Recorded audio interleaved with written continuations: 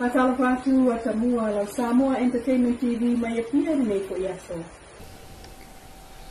O lo tu maulawa ia inga o le bloketi miliona tā la le malo. Vanga nā lava ua whaamalia ina le pūlenga o le bloketi i le whaonga ina o le lua sela wawhita la naulua i tu whātu i komiti ai tu malo i lima sultasi e whawai o la tu ofisa mata penai au whaingadwenga. Ona whātu ama whaifo i leona whaamatu ua tu le vai ngā tupelo na lua e se lau lima sfuluafe. Lea nā fua i le saini ngā lima i tu malo u whātu ama whaio nā ngā waa i le se lau lima sfuluafe pe o ngā ngai fumonga numero tasi o le tu malo le nā o le whaipule le HRPP whai malo toa kika stawas. Pasale le anga numero tasi o le tu malo le ministau whaamsinonga mata mua vasati pulu whana. Ma ana lofi numero 5 tu malo le ministau tu lisi toe sulu Cedric Schuster. Peitai.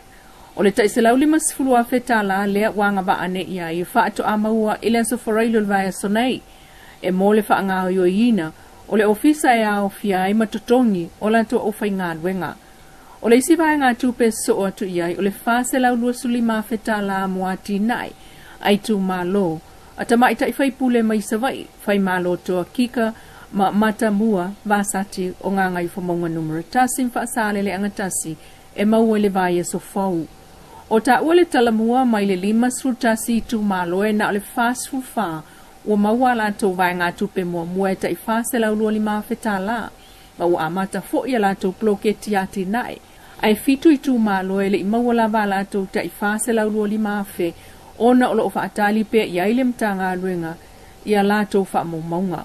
Ta ua e le CEO po le ofisilo mtanga luenga tinam tamai ta i Dr. Mema Motusanga i lunga o le talamua e whai tu malo ua wha amaonia ma wha amalia ina le komiti wha atonu i le wha o ngā ina o la tau tai fase lau lua lima whe mua.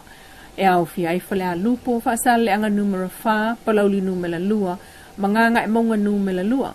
Ma ua anga ma ai foi mo le fase lau lua su lima afe tā la muli la tau miliona tā la mua o le tausanga wha al tupe mua ta miliona tā la.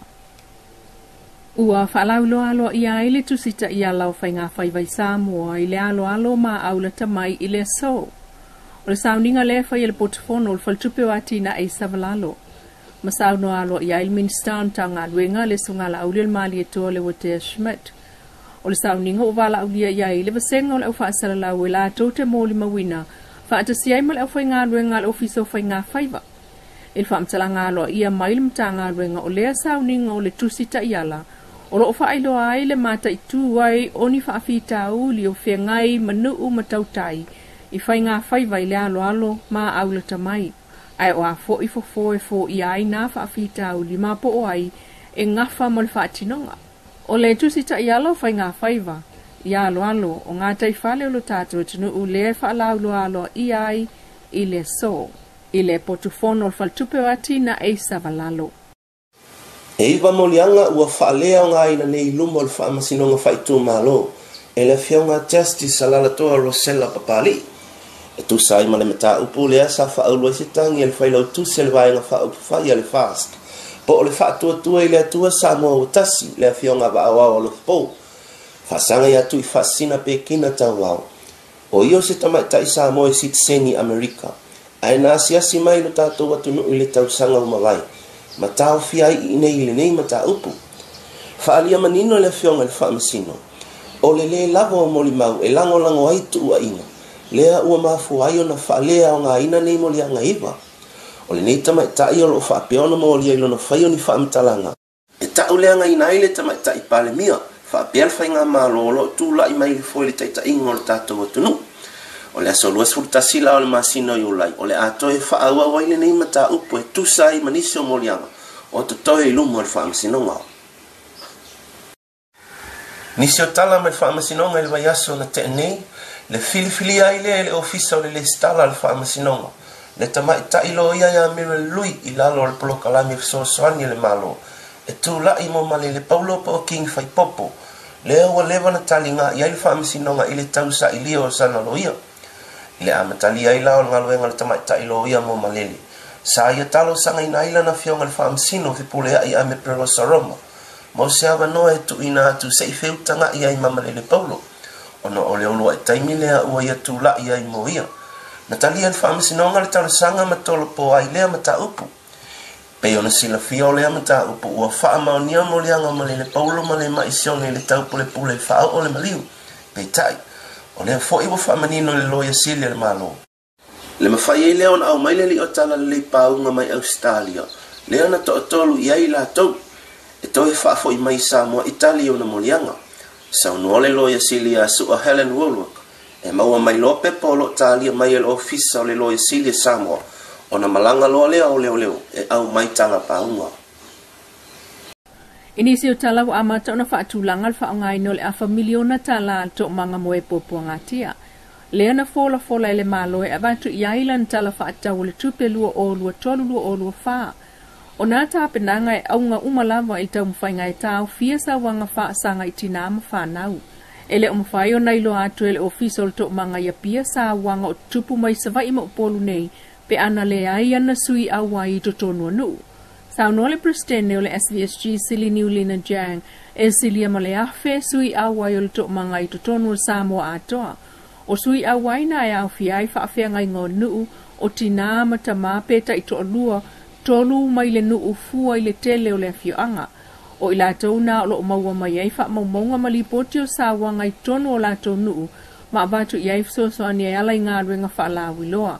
Ina ia toe si itia leisi si la fia o sui a wai wa afua i le maafutanga wha atala noa. Le whai e le aso lulo le vai aso neil whalitali malo le Travelers Point i Malifa. Sa ngā ima le ofisa wa o ngai se fulu i le tai au. A sui a wai o le to mangai upolu. Sauno fo isili niwa na usui awai upolu lea o le a feilo i mua ia pia nei. Ai mulmuliane se feilo i ngā sui awai o le motele. Ua talo le fonta ngā sui awai ai o lo angia i lungo le social media. Whaasa ili ngā se eleni whaalawa i tele le to mangai na ia mwhaion whaawau pea le au nanga o whaia nei.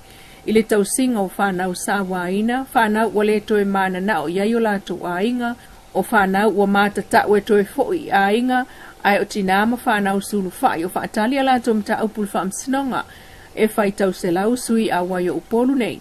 O le a whailo e ane i le whaletali malo le Travelers Point i Mali whaile solulu nei se fulu le tai au mo leisi la sanga o ngā ruenga whai whaatasi e tu iti ai sa wanga i Samoa. O silia limas fultau sanga o whaapa angal malo Samoa ma Peretania tele ma toe wha mausali ai le si fo ino fo i ngal sui Peretania i Samoa. Le ua mai a whaatautua i le ofiso le ao le malo i vai lele le tai au le songa fuas fuluivo uni lua o lua tolu. O la na fionga, Mr. Gareth Keith Hoa.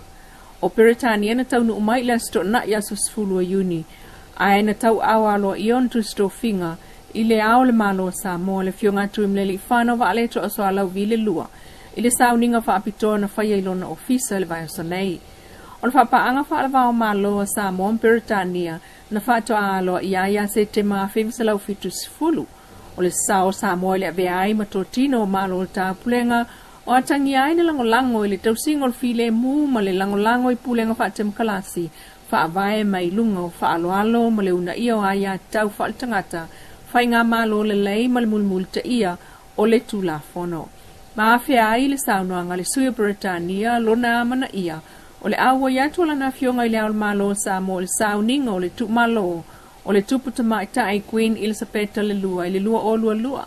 Ma le whaauina o le tupu o lona malo King Charles III ia me lua o lua tolu. O le tula i mai o Consulo Britannia ia whaawawa i pēlo la ba nofo leif so soani ia tina ina o tamau ainga.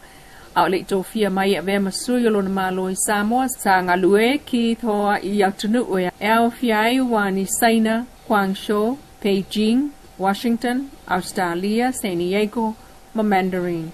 O lo whai poi poatu ia Rebecca Haisiang Hoa. Lo Samoa Entertainment TV mai pia mas whaapopo ngai le aso a tai au i le roko le tua ai whasoi fuana.